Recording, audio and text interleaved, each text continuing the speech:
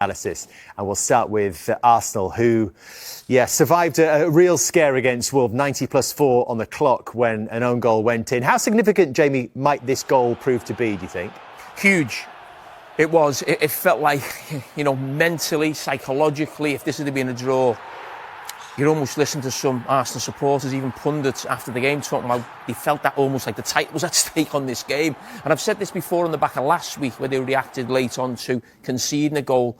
There's a long way to go, and they need to sort of almost fix themselves mentally. There's a long way to go. At some stage, City might go above them by a point or two. It's not the end of the world, as I said. We're still very early in the season. But there's a nervousness around Arsenal, as you'd expect, because they haven't won the league for so long. I get that.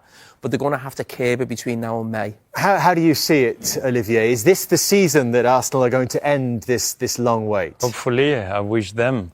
But usually we used to get nervous around February or March. And I remember when Leicester won the title in 2016, we collapsed a little bit in that time. So if Arsenal is able to keep the rhythm and the race with City probably until mid-March, I would say. Olivia, can I ask you, when you say how it affected you mentally at that stage, are you talking about the squad of players in the dressing room, or are you talking about actually the crowd and sort of the atmosphere and everyone getting a little bit nervous about actually losing what they had? Can you say again? Sorry. Sorry. I lost you. Are you talking about the dressing room and the players? Yeah. Or are you talking about the crowd as well and everybody around Arsenal? No. I'm talking about us, the players. And statistically, and you can see in the records, even the previous years, last year and 2 years ago, Arsenal was there until a certain period where they lost the race for the title because they were not consistent enough, at this time, February or March. It's still early to say they will win the league, but this kind of 3 points are massive. Mm-hmm. There was the talk even then about whether Arsenal had the striker who was going to score the goals to take them to the title, even when you were playing. You need more game time and confidence, and I think Mikel Arteta going to give him. Mikel Arteta certainly has options now, growing. 4 possibilities, really, with the return of Gabriel Jesus, who we've seen in the last couple of games, and also Kai Havertz, who we think is getting closer, maybe from the start of 2026. He's only a couple of weeks away. And this is what they have contributed in the Premier League since the start of last season, these 4 different options, with their minutes per goal and assist across the bottom. And that tells us that Merino is probably the most efficient so far, and Gyökeres the least efficient. Is there one here that you think Mikel Arteta will turn to that is going to deliver the title for them this season? Mikel Arteta is a lucky manager to have these 4 players up front. Competition is good for the squad. I will say Gabriel Jesus coming back after a long injury, so we need to give him more time. Kai Havertz, more or less the same. Merino is doing a good job also up front, even if he's not a proper number 9. And I want to see as still a number 9. I want to see Gyökeres succeed in that team. I think he can improve, but he has everything. One more time, a top striker demands to the top level. Your argument, Jamie, was always that last season, when everyone said Arsenal need a number 9 to get them to the title, your argument was always it wasn't that. They needed more creativity. Can a combination of these players do the job for Mikel Arteta? Yeah, I think Gyökeres has come in, and we have to be honest, it's almost like the word on the street before he come to the Premier League was, we're not quite sure he's at the level of a really top European club, which is what Arsenal are now, one of the best teams in Europe. And I think even though it's early in his Arsenal reign, I think you can see where that sentiment was coming from. I actually think it's going to be tough for Gyökeres to be first choice Arsenal striker, especially when Gabriel Jesus gets up to speed, who I actually think is a better player than Gyökeres. I think Gyökeres would maybe score more goals over the season, but in terms of everything you'd want from a centre forward, I think Jesus is probably a better player. Moreno right now, I actually think he's probably his first choice. I know Gyökeres played at the weekend. I think that was down to the fact that he was just coming back from injury, needed a game, and it was also Wolves at home. Moreno's been fantastic, getting goals in that position, but almost like a false nine. Havertz again is almost another version of that. So you've almost got a bit of, variety there with a really good striker, a goal scorer, and players who almost play the false nine position as well. So I actually think they're going to need all four of them if they're going to go on and win the title. I don't think any of them is almost the guy who's this world-class striker that Arsenal have been after since maybe, Van Persie, Thierry Henry, Ian Wright. Mm-hmm. No, not me. Don't put all the pressure on one player. You're a World Cup winner. You're a World Cup winner. I like it because you need different type of striker to win the league. And unless you have Erling Haaland. Unless you have Erling Haaland and all the players feeding him with great balls. But he's amazing. He was in the goals again this weekend. Olivier, with 2 more goals. He's now got 17 for the season, and he's starting to score more goals with his head as well. Does this make him an even more frightening prospect for anybody else? Oh yes.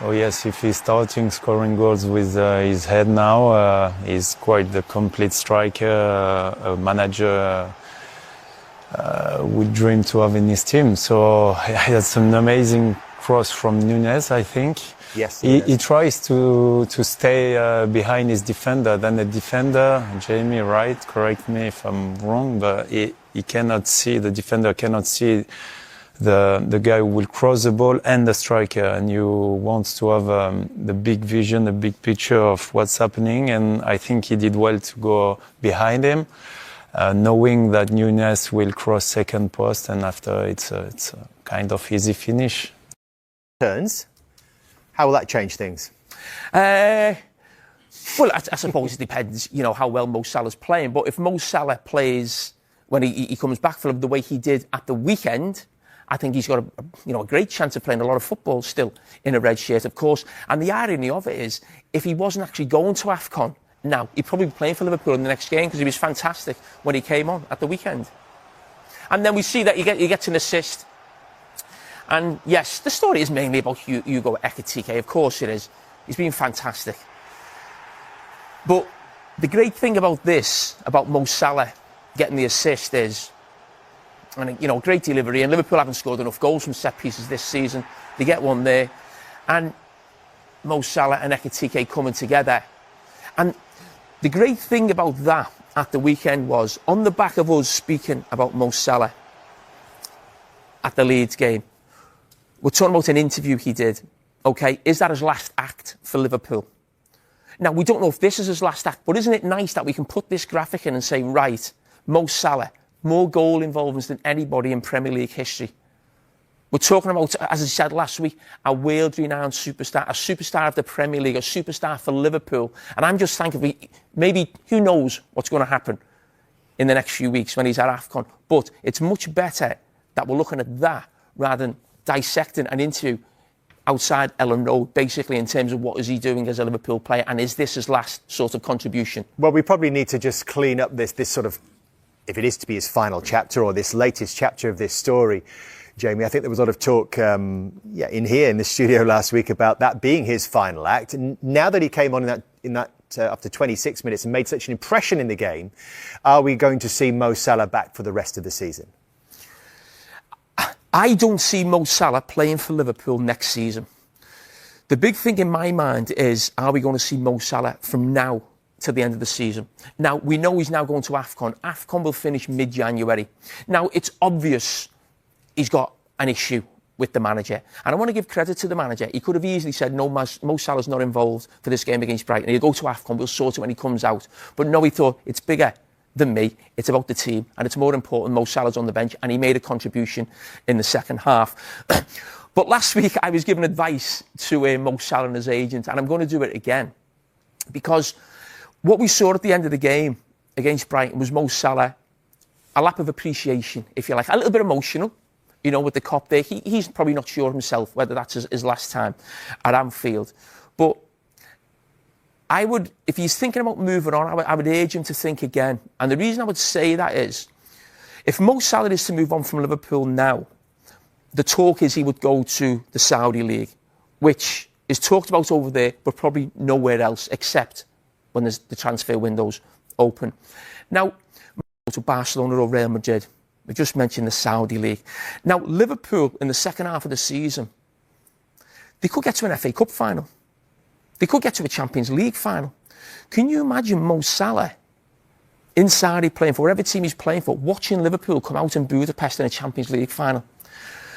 You come back at the end of January, you've got 3 months. Okay, you might not get on with the manager. You'll start some games, you'll be sub some games, you won't come on in certain games. But also, what we see there then, it was nicer than what we saw at Ellen Road. But does Mo Salah deserve more than that as a Liverpool player? He deserves a guard of honour. He deserves a mosaic in the Kop. He deserves to be able to bring his family, his wife and his kids on the pitch in his last game and actually be celebrated for what he's done as a Liverpool player.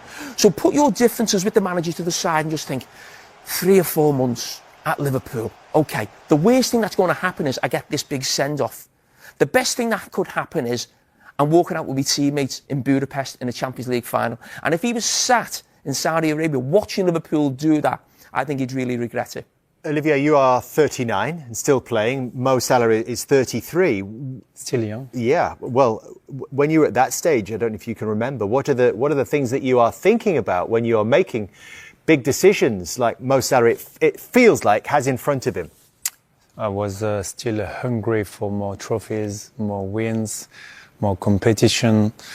When you're passionate of this game, you know, you just want to carry on enjoying the game as long as you can. At the highest level? At the highest level. Everybody is different. I don't know if you ask Jamie, maybe it's not the same, but I believe, yeah, Mo Salah deserves an amazing end with Liverpool, with what he achieved in his career for this club. And I want to see him in another big club in Europe, or maybe staying in Liverpool. I don't know. I hope this episode, and I think from the manager, it was nice to sort the things out before he went to the AFCON. And then we restart a fresh start after the AFCON. And why not to win some trophies? But I still want to see Mo Salah perform in Europe, if you ask me. Arrived at Anfield amidst the talk of Mo Salah and Alexander Isak. Hugo Ekitike, Olivier, are people in France starting to take notice of him as well? Mm-hmm. Yes, for sure. He is now part of the French squad, even if, as I said, there's so many talented strikers in that team. I think he's got a good chance to be called Cup. It was not easy for him when, you know, they signed Isaac for so much money. But at the end, I think he plays a lot of games and he's quite efficient and he's a good finish. You know, he finished well, quite quick with composure in a box. He's got that ability to finish well the work of the team.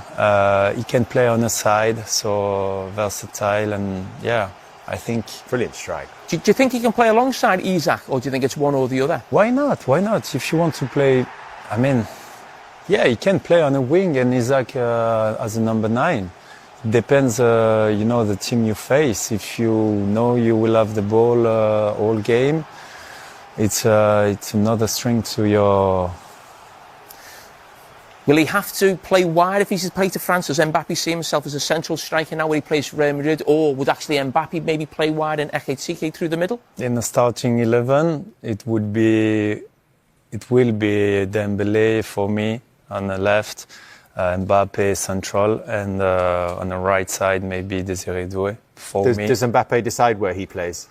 I think he feels more comfortable now as a number 9 because in Madrid he's playing number 9. So, but if he wants to play on the left, maybe, yeah. There's Marcus Thuram also. There's big competition in France, you know. Certainly is. So many quality footballers in that French team and sure to be a threat in that World Cup, whether Ekitike makes it or not. He made it into the Finalysis Team of the Week, where we ask the Finalysis supporters to make their selections out of a score of 100. And you can see that Sunderland dominate the defensive positions. Only Murillo's Nottingham Forest breaks up that back 5. Also Xhaka in the midfield, reflecting their derby success over Newcastle United. Big score for Sangare as he signed off for the African Cup of Nations with a good goal and an assist for him there as well. And that front 3 of Hudson-Odoi also with a big score, and Ekitike with Harry Wilson. Sean Dyche with the score of 93 as manager. Forest fans were certainly feeling very generous. So Hugo Ekitike there in a 4-3-3. This was a little bit different, Jamie, for Liverpool midweek. Now, there was a lot of pressure on Arne Slot as they headed to San Siro midweek for the Champions League. And this was the team that they went with from the start. As we said, with the front 2 of Ekitike and Isak. What was the thinking there and how did that change for the Brighton game? Well, Liverpool haven't really got wide players. Gakpo's injured at the moment. You know, obviously Mo Salah was omitted from the trip. But on this show, I would say a couple of months ago, could get their money on the pitch, if you like, in Isak, Ekitike and Florian Wirtz. And I actually said, Arne Slot has almost got to become like a Real Madrid manager, almost what Ancelotti used to do every season, where he'd have a group of players and he would find a system to make it work. Now, this is not a system we've really seen from Arne Slot in his first season at the title or in these first few months. But OK, these are his best players and he wants to try and get them on the pitch. So it was really interesting to see him get a front 2 in there. Obviously, Gravenberch had this holding role and you're thinking how this system works. Jones and Szoboszlai, semi-wide areas, if you like, but they've got the energy to get out and press, and that's what you need. You need legs in that position. McAllister there, and we felt, OK, that role almost looks perfect for Florian Wirtz, and then you get your 2 strikers on the pitch. So we went with that. Brilliant result for them, 1-0, as we see it there. But then it was slightly different from what we see here in terms of a diamond formation midweek, but it was slightly different at the weekend. In what way?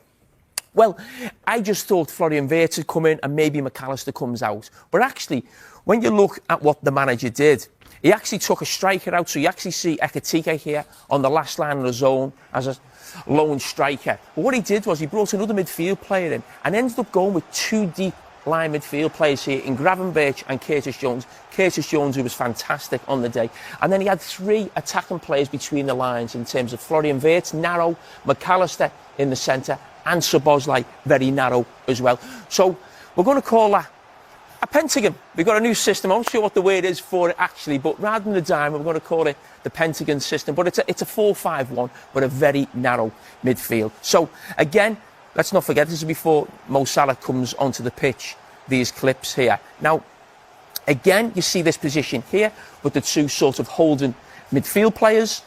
Then we move her on again. We see our 3 narrow players. But again, like the diamond formation and this setup as well, you need width from the fullbacks. You see Carragher here and Joe Gomez. The only player higher for Liverpool is Ekitike, the centre forward. So they're higher than the whole midfield there. And when you think of Joe Gomez going off injured, obviously, you know, he's had really bad luck with injuries over the years. But when you think of Frimpong being a signing for Liverpool, that system could actually be perfect for him there because he is really a wing-back or a right winger. So that's what you need from your wide players. Curtis Jones just drops into this left-back position. And who's he looking for? Carragher to make that run and go forward and try and get the penetration from the wide areas from your full-backs. Again, we just highlight the 5 midfield players all circled here. Again, very narrow, very tight together, as you'd expect, and the space is in that wide area. So we see Gomez try and make that run again, almost in a right wing position. But look at these midfield players all together now, around the ball. Again, it's about getting numbers centrally, and then Carragher is going to provide the width on this left-hand side as well. So look at the combinations here. Again, you've got the 2 deeper players, Curtis Jones and Gravenberch, and the other players ahead of the ball. and just look how close they are. That is what that system is about. It's about getting midfield players together, combinations around the edge of the box, actually counter-pressing to win the ball, maybe when you lose it, but there's a big onus on these full-backs in these wide areas as well.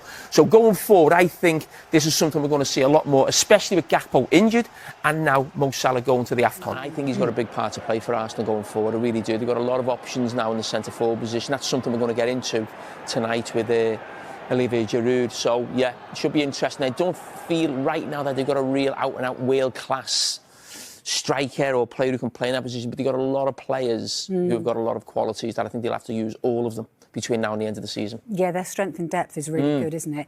You mentioned City. They're coming up along the rails, aren't they? And another exquisite performance from them, you'd have to say, this weekend.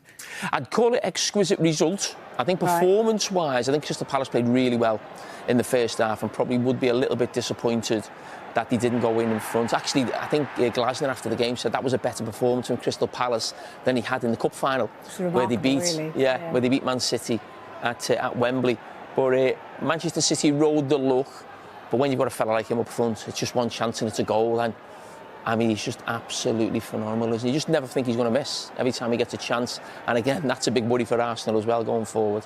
Yeah, he does make the difference, doesn't he? And then, of course, Aston Villa go on and get the win as well. Wow. Are they in the title race? They are, yeah, they're there. You know, so you can't not talk about them as title contenders. The run they're on is fantastic. I think the run they're on now, Dave Jones said yesterday that even though Liverpool won the league last year, they'd never been on as good a run as that at any time last season. So the job that Unai Emery and those Aston Villa players are doing, considering the start of the season that they had, which was really poor, I mean, it's absolutely phenomenal. Can they keep it going? The only way they can keep it going is if that guy keeps going, Morgan Rodgers. We said yesterday on Extra Time that for Aston Villa to have a genuine chance of the title, they'll need one of their players to be in the running for PFA Player of the Year, basically be one of the best players in the Premier League. He's the only one who I can see who can actually do that. He won the PFA Young Player of the Year last year. Could he go on and do the double and do it this year? Yeah, you'd think he could in the form that he's in. I think if he keeps going the way he is, certainly had a slow start to the season, but the run he's in right now, if that keeps going, Villa keep winning as well, he's got a great shot. You've been waxing lyrical about his manager as well, Unai Emery. What makes him so special then? And you think he's, what, the second best manager in the Premier League at the moment? Listen, there's no doubt Pep Guardiola is arguably the greatest manager in the world right now, maybe ever.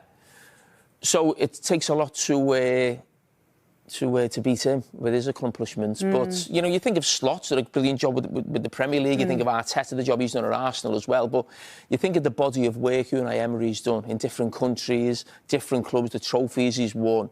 Yeah, you think of experience and quality, longevity in the game as well. I think there's only Pep who can, as I said, eclipse him. OK, you mentioned, we saw a bit of Foden, didn't we, in the Manchester City game as well, and you obviously mentioned Rodgers as well. Palmer obviously scored as well at the weekend. How do you see England's number 10 sort of shaping up? Where do you see that? Wow. It's pretty impressive, isn't it? It's really tough. And we actually thought it was tough just because we had Bellingham, Palmer and Foden. No one was really bringing Morgan Rodgers to the party at all, but credit to Thomas Tuchel. He hasn't gone with the big names. He's gone who he thinks is better for his system and how he wants to play. And it's been Morgan Rodgers. Bellingham, I think, had it in the last game, so it'll be really interesting how he tries to fit him in. He's mentioned Phil Foden almost like a false nine or a centre-forward at different times in the last camp. But he is a special talent. You know, he was one of the players of the years, I think, a year or so ago as well. Last season, probably wasn't at his best at some stages of the season, but then you look at what he does to PSG in the final of the World Club Cup, and they were the best team in the world last season, so he's a special player as well. And how do you fit them all in? I don't know. That's what he's paid for, Thomas Exactly, Tuchel. he is paid a little bit of money to do that. We were talking about Chelsea as well. What did you make of Enzo Maresca's comments there? Do you think there's something going on behind the scenes that's not quite right there at the moment? Yeah, something isn't right at Chelsea, whether this has been brewing for a while or it's something just over the last sort of week, 10 days, when you go off the quotes of Maresca and that he hasn't had much support in the last 48 hours on the back of the defeat in Atalanta. So I think if you're a Chelsea fan, they're worrying quotes. Because I'm a big fan of Maresca, and we'll get into this in a bit more detail tonight. And it looks like there's a little bit of a power play starting already, and that never bodes well, especially for a manager. Yeah, that's not only going to end one way, do you think? Yes, yeah, that's what it looks like. OK. Talking of managers, and maybe they are having their own way at the moment, but it's not going all his own way. Thomas Frank, I mean, what's going on there with Spurs at the moment? What did you make of the performance? It was a lot down to Carragher, everyone's blaming. But do you think there are bigger problems for Thomas Frank to worry about other than just his goalkeeper at the moment? Yeah, there is, but listen, it was never going to be a quick fix at Tottenham. Yeah. I mean, Thomas Frank keeps mentioning it. I don't think some supporters like it, but they finished 17th last season. Now, Tottenham weren't the 17th worst or best team in the Premier League last season, but Tottenham should be competing for the Champions League places, I would say, in and around that top 6. I think they're round about mid-table right now and they're on a really poor run. And when you look at the underlying numbers that we do on Monday Night Football a lot, they don't bode well as well in terms of scoring goals and creating chances as well. So there's a little bit of sort of scepticism, I think, about at the moment with Tottenham supporters around the manager. And I think it's too early to be talking about his job or anything like that. But no doubt, because it was Daniel Levy who brought him in and he's been moved on, it's not a different ownership, but there's different people above the manager. He will definitely need to improve in the second half of the season in terms of, performance and, of course, results. And don't forget, they're doing really well in the Champions League as well. And they've had some